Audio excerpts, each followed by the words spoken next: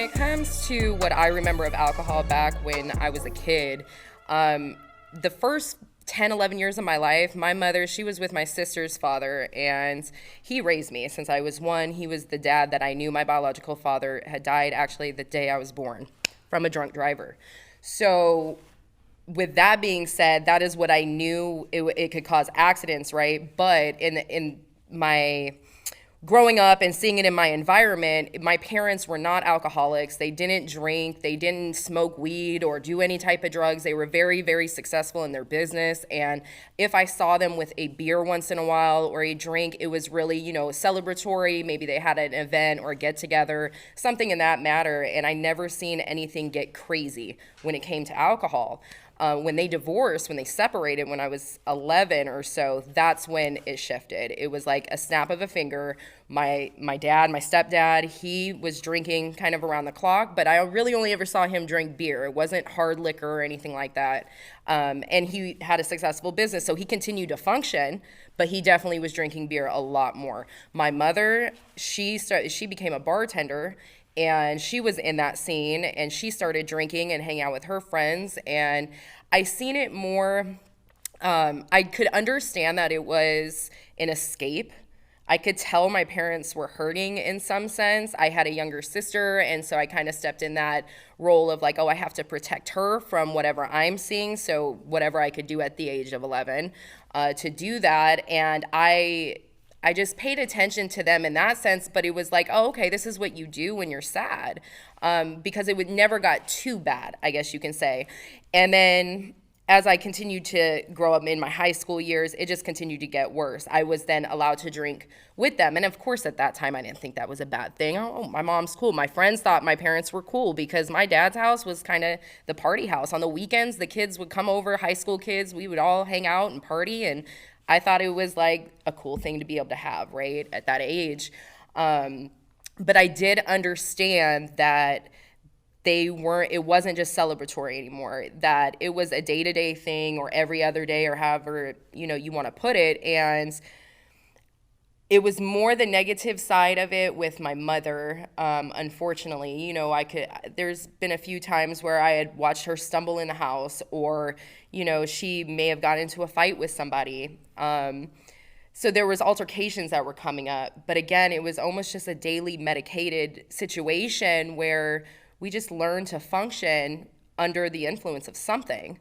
And it was just enough to take the edge off. And so that part, I think, instilled in me, and I learned how to adapt to that very quickly. And it just became so normal to, hey, if someone's drinking at 2 o'clock in the afternoon, so like they're up out of bed, they're not living under a bridge or anything like that. That's what I considered alcoholism. If you have lost everything behind it, but if you're still functioning, you don't have a problem, even though there was very much a problem underneath the surface. Yeah, I never viewed my mother in a negative way in that sense at that time, nor did I even understand if anyone else did. Like growing up, especially as a kid, it's like your circle's so little. And then 20 years ago, there's no social media. There's no live, real-time recording of other individuals. So I just had my little bubble of the few adults, the kids, and that was that. And so based off of that, everyone was doing it. So in my eyes, that was normal. But there were times where, I remember one time specifically where she would get angry sometimes when she would drink to an extent where she's ready to fight and things like that. And I remember being young and they're trying to help her take her shoes off, and she's just fighting me back on it. And just certain situations like that really, really bothered me. She could be very, what's the word I'm looking for? She could be very flirty. My mother is very independent and strong, I guess, as a personality like no other, to a degree, at least 20 years ago. And when she walked in a room, she kind of demanded that attention. And it was very, a little promiscuous in the tone of her voice. And I would realize that, and I see my mother is beautiful, and men were attracted to her, and I don't think I associated it so much with the drinking or drugging or anything like that. It was definitely part of who she is, but I definitely think that played a midst of it because there was always something involved, some type of drug or alcohol. So can you relate to anything that I said in regards to my childhood? I know we kind of grew up differently. Did you see that in your own parents? No, I didn't. My mom didn't, other than Walmart, she didn't really have any vices. So she never smoked. She never really drank like that. When she was with my godmother, who's like her best friend, like, yeah, that we would turn up. They would turn up. But we never really, I don't even remember seeing bottles of alcohol like that when we were younger. And my mom never had it around the house or anything like that. She was very straight edge and focused. She didn't start to drink more or drink, I guess, socially around me until I turned like 21. And then I was bringing the drinks in the house. And because we're connoisseurs of fine things, from food to drinks, it's like I would be like, hey, Mom, you ever try this bottle of wine? Let's try this. It has notes of, elderberry and all this. And that's how it would start to go. We were just enjoying trying things because that's what we do. We go to random restaurants and leave Yelp reviews. Like, that's fun for us. So that's when the alcohol started to kick up. But prior to that, my mom never really drank. Yeah, and that's what I was saying in the beginning. It's like the first 10, 11 years of my life, like I seen my parents with no vices except for maybe a Halloween party. They had some beers or something. But my mother didn't smoke cigarettes. She didn't drink. She didn't do drugs. My dad didn't either. It was very clean cut. They had a successful business. Me and my sister were running around with them all day long. We were never in daycare. We kind of had that picture perfect little family. And then when it just dropped, and it was a shocker to me, and I don't think I even knew how to process that. Yeah, I can't relate to the aspect of it dropping as much as maybe it dropping on me. Because once I often, and I will continue to, blame the culture for a lot of this stuff. Just based off what I said to you alone with my mom not drinking, it's not like I was associated with it. So where did this urge come from? Well, it's a cultural norm. Prom weekend, we gonna get drunk. In high school, you gonna get drunk. Like, what? I was in the 8th grade, 7th or 8th grade, and what were we singing? I'ma buy you a drink. Like, what? We in the bed like, ooh, ooh, ooh. You don't even know what they saying until you get older. And you're like, wait, we in the bed? Like, I didn't realize that until like last year. I was pregnant when that song came out. We in the bed, like. So it was always a thing. Even like, I remember Pitbull, shot, Jaeger bombs. Absolutely, yeah. And I had to try it all. As a connoisseur in fine things, I had to try them all once I got to a certain age, and I could. So in high school, it was like I knew we were going to drink. The first time I drank, which we talked about the last episode, I was like 17, so it was about junior year. After that, I didn't drink again until prom weekend. And even on prom weekend, it was like I was fake drunk. It was the strangest thing. I was in charge of getting the alcohol, and I put myself in charge of that, and I did. I picked all the drinks. I brought them, and we began to partake, and it was like I wasn't drunk enough, and I was disappointed with myself for not being drunk enough because that's not what it looks like on TV. And then, mind you, even down to High School Musical, which doesn't have drinking in it, no. But the actors were in their 20s playing high school students. So in your mind, everything is blurred as to where exactly you fall on this. Like, oh, my boobs aren't big enough yet. Like, you're not even there yet. Oh, I don't have hips because the girls on TV in my age. Exactly. And that's perfectly normal. I'm just now getting some hips, And I might have had to pay for them, to be honest. So that's, And it's so interesting that we're talking about this because I pulled up the information from the CDC, and it says nearly half adult women report drinking alcohol in the past 30 days. Approximately 13% of adult women report binge drinking. So I'm pretty sure by definition, binge drinking is doing it more than like 3 times a week. I actually think, or not think, you could pull that up too, is that if a woman has more than 5 to 6 drinks in a week, that's considered too much. And a man is 8, I believe. It's pretty low though. And I used to look at that number and be like, I literally had 7 drinks last night. And I'm ready to go again. Binge drinking is defined as consuming 5 or more drinks on occasion for men and 4 or more on occasion for women. Most people who binge drink are not dependent on alcohol. Those who don't binge drink or who do? Most people who binge drink are not dependent on alcohol. Because remember, there's the genetic aspect of dependency, and then there's your body's response to just having it all the time. I call bullshit. Why? Because on occasion, 4 or 5 drinks for a woman, or up to 7 or 8 for a man on occasion, like that's not realistic. Most people could literally have a beer or a glass of wine every single night, and that's 7 in a week, and that would consider a woman, binge drinking or over drinking to some extent. And I wouldn't necessarily consider that binge drinking. I look at binge drinking having a multitude of drinks, and it could be 4 or 5. I think it's kind of where you're at, like how much alcohol you have gotten used to drinking and what your body can handle. But 4 or 5 drinks maybe in a night every single day, or to the extent of maybe blacking out, that number could fluctuate depending on the person, your body weight, how much you drink, how often you drink, all of those things. But to just put a number on it and say in occasion 4 or 5 drinks, you're considered binge drinking. And then what was that last part there? Or that most people who binge drink are not dependent on alcohol. And I think that's BS as well, because that's something I've dealt with myself, because I never felt the need to drink every single day really until the last few years, going through the trauma that I was dealing with. I couldn't handle it, but I could easily go a week or 2 without drinking. It's not a problem. But when I drank, and I could drink a whole bottle of wine. And I think I look at people who post online. A lot of women joke around and will post like that meme with the really big wine glass. And they'll say, oh, it's just 1 glass of wine, right? And it's like 50 ounces. It's probably like 2 bottles worth that you could fit in this big cup. And I think we try to normalize drinking a lot, and more people are binge drinking than what's being reported. It goes further to say, for women, binge drinking is 4 or more drinks consumed on one occasion. So one occasion is considered over 2 to 3 hours. So 4 or more drinks over the course of 2 to 3 hours.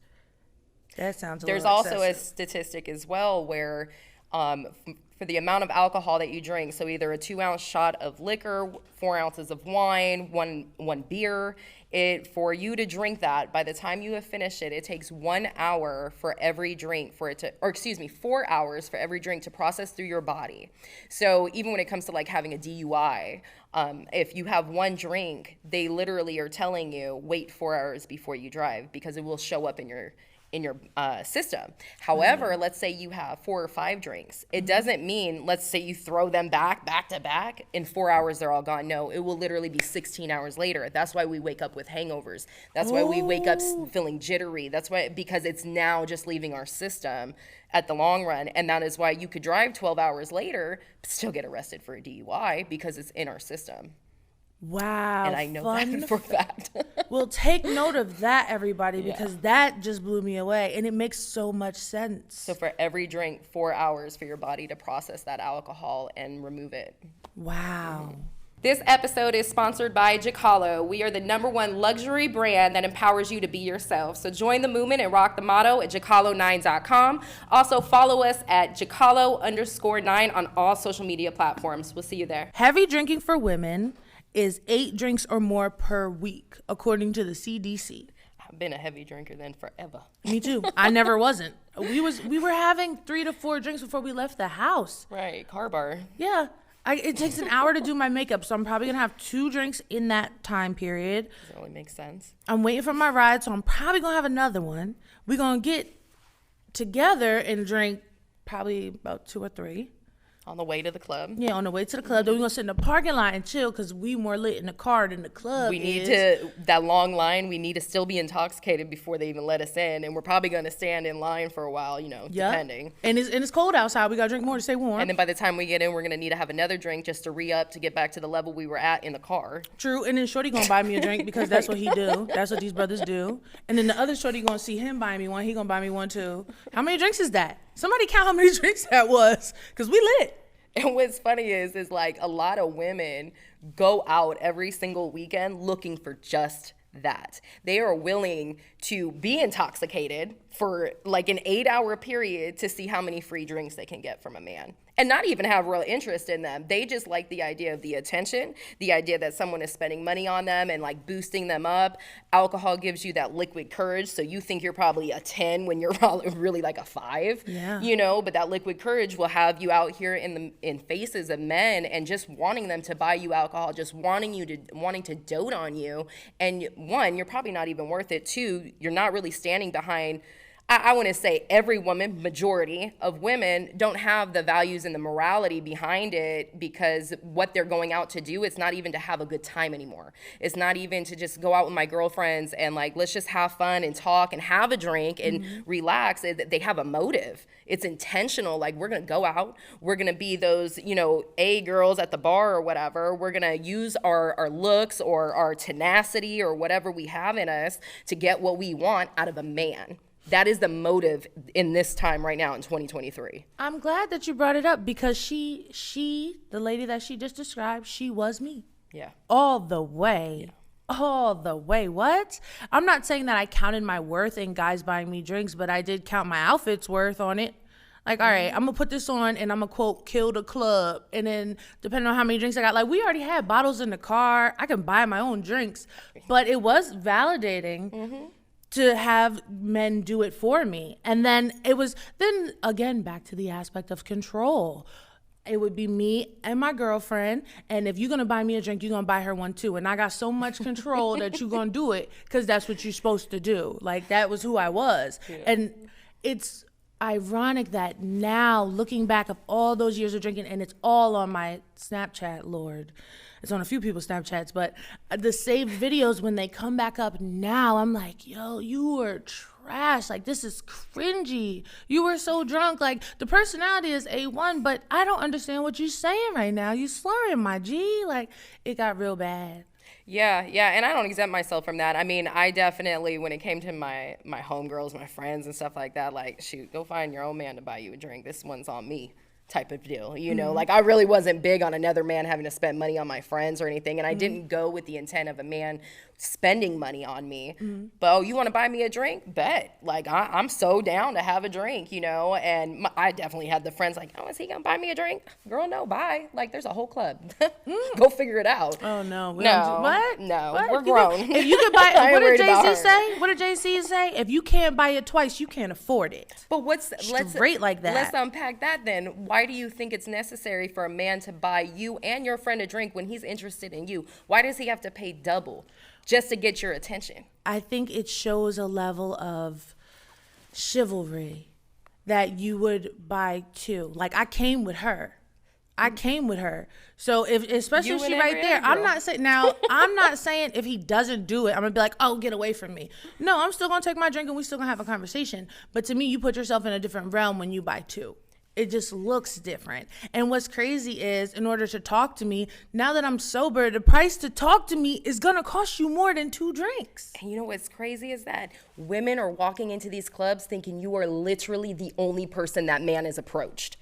So if he has to buy you and your friends a drink, for every girl he's like, hey, you're cute or you're beautiful, what's going on? Oh, you want to go dance with me? You want to go have this drink? The audacity behind us women to think that, oh, well, I am that B, I'm the one, and he only wants me, and there's no one who can even reach this level where I'm at. So yeah, buy me and my friend a drink. If that was the case, that would make sense. I don't think I ever looked at it that way, and just, I don't mean to toot my own horn, but I am that B. I've been had my own things. I don't depend on men for anything at all, including my daddy. What about for validation? My own. Exactly, yeah. But that's an emotional thing. We go to therapy for that. But the fact of the matter is, in live time, if you want my attention, I have certain expectations. Because I got a bottle in the car. I got a wallet full of money right here. Like, you coming over to talk to me, you're inconveniencing me. So why he even got to buy you a drink at all then? That's the least you should do. Because you coming over here inconveniencing me. I'm with my girlfriend. You see, and I treat my shorties like they're my girlfriends. But is it an inconvenience, or is that the exact reason why you went out? Nah, it's definitely not the exact reason I went out. I went out to be seen. That's free. You wanted to just go out to be seen? Damn right. Okay, you did not want one man approaching you Be like, hey, what's up? It didn't make Can or I break get you it. this drink? Can I buy you a drink? I don't think that it made or break it. I really don't think so. Really? It would happen, so maybe I take that for granted because it happened a lot, but it was more about being seen. I say when I leave the house, I'm going out to kill the club, which means they're gonna look at me. That's it. No, and I Everything can other than relate to that because I've always kind of held myself up to this bar like, I don't need a man to pay for anything. And I didn't. And I think that's part of the culture too, especially right now. So many women are running around screaming, I don't need a man, and then expect a man to provide all their needs. Well, and it's crazy. hold on. Let's slow down right there. What I don't need is a man to buy me a drink. Even in my addiction, I didn't need that. No. But men are crucial. And I will never take that away from a man. That's not who I am. That mentality, you could keep that. That doesn't do anybody any good. I need a man. I don't take out my own trash. Absolutely. I don't. I do not, and I refuse to do it. I'm not going to do it. There's certain things that we need men for, and there's certain things that we need women for. That's how I feel about it, and I'll take the hate. Call me traditional if you want to. I'm cool, because wait till you see the future. I need a man, period. And I agree with it. And from a majority standpoint, majority of women, what we see on social media, what is being pushed in society is city girl.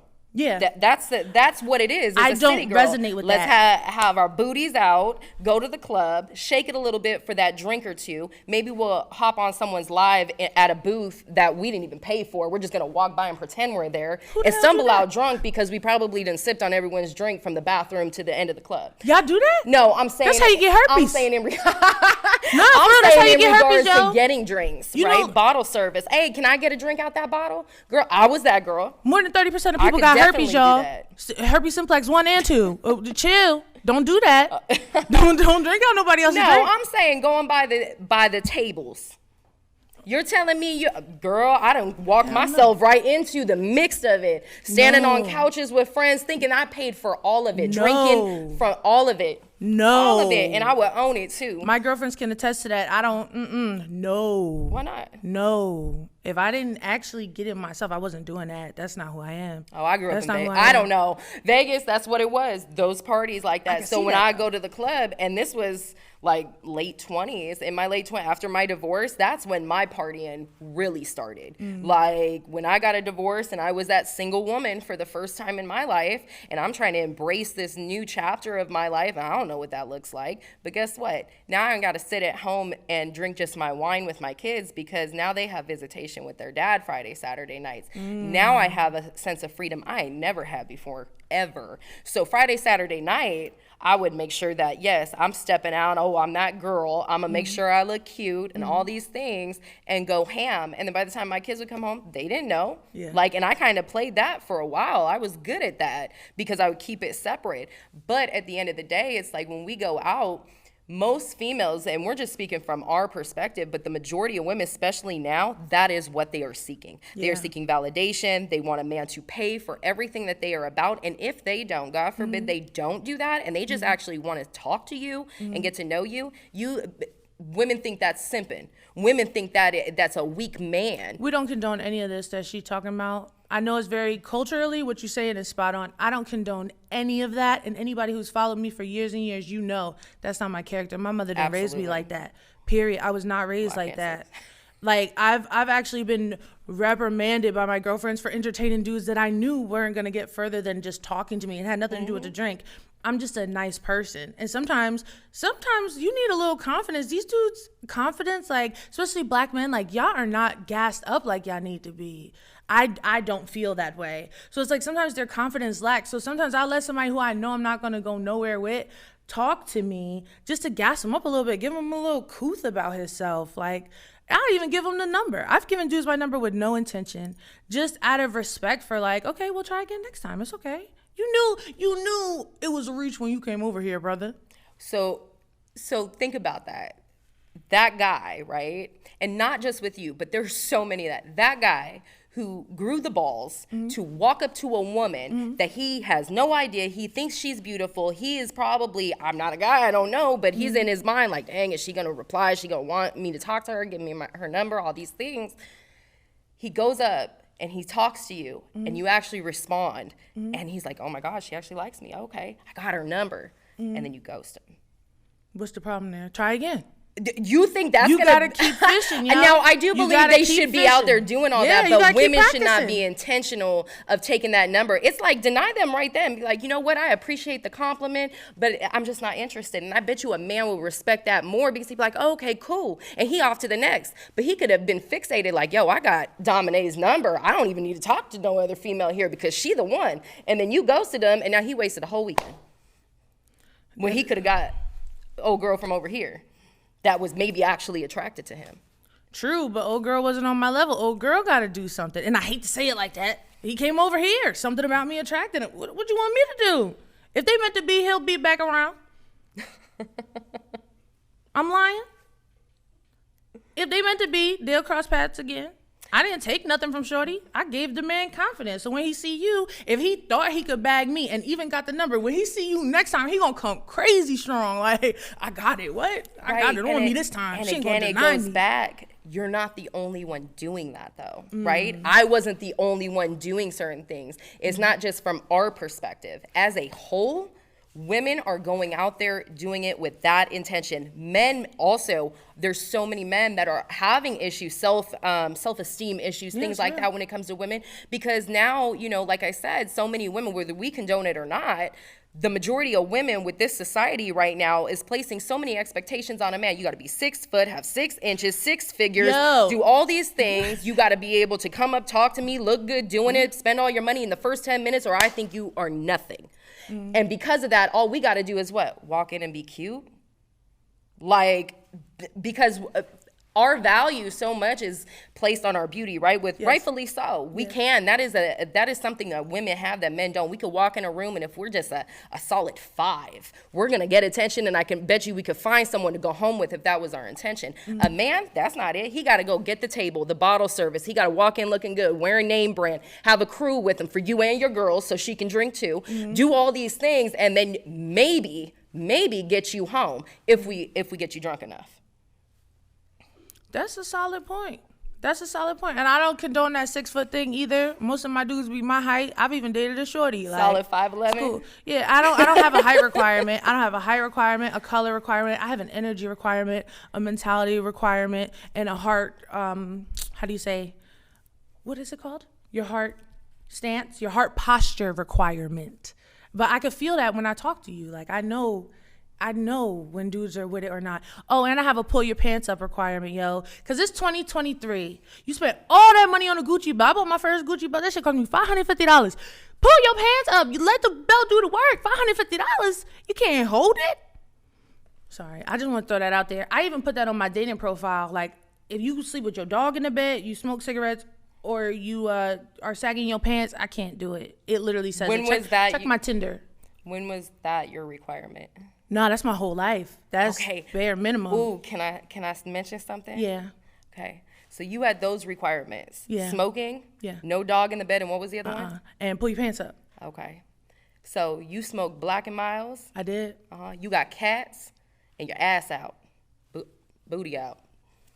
So, and again, it's not just you directed right to you, right? It's not that you may have even understood that there was something wrong with it, but you set these expectations on a man, and you're literally doing all of them on your own. But then telling a man like, don't be like me, you better be better, or you ain't on my level. Absolutely. You know what I'm saying? Yeah. And I think that's where the self-reflection comes back and is like, first of all, if I have expectations on a man, I better be able to meet my own. Like and that's where that comes in at, and where alcohol plays a part, because you get liquid courage, your mind kind of goes out of the way, like you don't get the clarity, and you're in a fog, and it's just kind of messy, right? And you allow yourself to make the excuses to do dumb shit. I'm not allowed to cuss. Okay. To do dumb shit. And that is the problem with women. So there now, on the flip side, we have a lot of expectations as a woman. We are a man's rib, right? So to say, and we are the ones that are nurturing and caring. We bear the children, we raise the children, we keep the home, and all these things. And that's a job in its own, okay? And then we got to look good doing it. God forbid we gain a few pounds or have a stretch mark sometimes, right? And so there's a lot of expectations placed on women. And I think women, we are in this place like, yo, right now we're all fighting for equality. Yeah. And equal in the sense of respect given and rights as a human being should be equal. But men and women are not equal. No. Because if someone was to break in my house in the middle of the night, I'm calling my dude. I'm calling a man. Are you going to go downstairs? Because if you tell me to go downstairs, this will be the last time you stay the night here. Yeah, or we're going to have a problem. We need to talk. That's real. So it's like immediately, I'm not equal. You're stronger, you're bigger, you're badder. You're going to handle this situation. And, you know, even when it comes to providing, yes, we can go out there and get our bag and everything like that. But the first thing, we want a man who makes more. He needs to be the main source of providing. So women are out here screaming to the world this feminist movement that they don't need a man and they can do it all on their own. And yes, we can. We can do it by ourselves. We're not going to be happy. Those same chicks are going home at night with that bag, cuddled up, crying, wishing a man would hold them, wishing a man could pay that water bill, wishing that man could maybe fill up her tank. And it doesn't even matter if she's making 6 figures or $6 an hour. It doesn't even matter anymore because it is what a man gives us, you know, and that is what we need is that guidance from a man and being able to provide for us in that sense, because providing is more than just money. Providing is leadership, security, protection, support, you know, all of those things. And then, of course, money, you know, to take care of us. But usually back in the day, it had to do with a man keeping his wife and children at home. She didn't work, and we could live off of one income. Right? So a man provided while she cared. We are in this time where it is extremely hard to live off of one income. You got to be making a certain amount, and God forbid you throw some kids and a wife or a spouse in there. That's really hard to live off the average income. And I think most people are making maybe, 50 grand a year on average. Can't live off that. So the woman got to go work. But that doesn't mean, you know, it shifts the dynamic on who is the leader in the household or anything like that. And that goes into society because we can single it out to our household, but that's happening across households across America right now. So yeah, that's real. And you know what you said about the whole smoking black and milds and all that, that's real. And I was like low-key offended for like 2 seconds. And I was like, nah, she right though. But that goes back to why I stopped doing all that. And that's how you know it's never too late to change yourself. Like the fact of the matter was, and this is really my testimony, I had my head in the toilet, puking my brains out. And God was like, yo, are you tired of this yet? And I was like, listen, I'll say anything to you to get my head out of this toilet and get me back into bed. And he was like, well, if you want to be who I know, who we both know that you are, and you want to get up off this floor, I need you to go get some help. And I was like, man, all right, I'll do whatever. Just get me off this floor. And I passed out that day. A few weeks went by, and that's when I had started looking into rehabs and such. And if you remember, when I was in rehab, I was there for nicotine and alcohol. And I can say that as long as I haven't had a drink is the same amount of time I haven't smoked a black and mild. So praise God. Right. I even stopped using nicotine patches since September because like it wasn't adding up. So I actually really respect what you said because it's true. It's true. And I do have high demands, but I also have a lot to contribute, and we both know that. And that's the deal, is that women expect society, men and other women, to cater to us. Yeah. We're not allowed to hurt each other's feelings. Yeah. We're allowed to excuse everything. If we're upset, if we've done something wrong, society has created this cushion for women to be like, oh, okay, because we're the softer ones, right? And even in that itself, like you may feel offended, but that's the thing. When we have a problem, we need to get offended. Yeah. We need to feel something different than that pat on the back, like, oh, it's going to get better next time. Go ahead. You want to drink while you're at it? Trauma and or anything, it doesn't have to be severe trauma. That stuff don't mix. Yeah. It just does not mix. So in order to be able to actually start healing, moving forward, you have to look at yourself in the mirror. You got to get offended. You got to let someone else talk, shut up, and listen to what they have to say, because how they say it is what you need to hear. All right, girl, so what are we sipping on today? I need a daggone sip the way you just gave it to me. Let me tell you, my mouth is dry. What we got here? Today we sipping on Body Armor. Now let me tell y'all, I actually discovered these in rehab. They give them to you when you're in detox. It's the only time they give them to you. After that, you got to drink I can get these. Sweet tea. What? Powerade. Girl. So I have been addicted to these. They are made with coconut water. They have electrolytes and antioxidants. Really good for you. My favorite flavor is the watermelon strawberry, but I'm going to keep it real, y'all. If you live in Jersey, you can't get this flavor. I had to order this on Amazon. And this flavor that Shelly got too, This cherry lime, you can only get that in Georgia. Good. It's crazy out here. So I've been on the hunt for it. I love it. And I need a sip because, man, she just lit me up. Ooh. Ooh. Tastes good. Ooh, girl, that conversation was good. But dang, like, I think I've had enough. Shelly, we might have to separate for a few days. I think I had my last drop with you. Oh, yeah? What's your last drop with me? Dang. Dang. My last drop would be just to be intentional. Pay attention to yourself. Pay attention to your thoughts. Pay attention to what you're doing. Be intentional in life. So even when it comes to going out on the weekends, right? What are you going out for? Answer those questions for yourself. And there's nothing wrong with having a good time, but have a good time with good intentions. Yes, I agree. I agree 10,000%. And to the end of that, like, we got to drop this city girl mentality, y'all. Yeah, come harder than that. Come harder than that. And men, if you spending all that money on a Gucci belt, make sure it work. All right, guys. Till next time, we'll see you. Adios.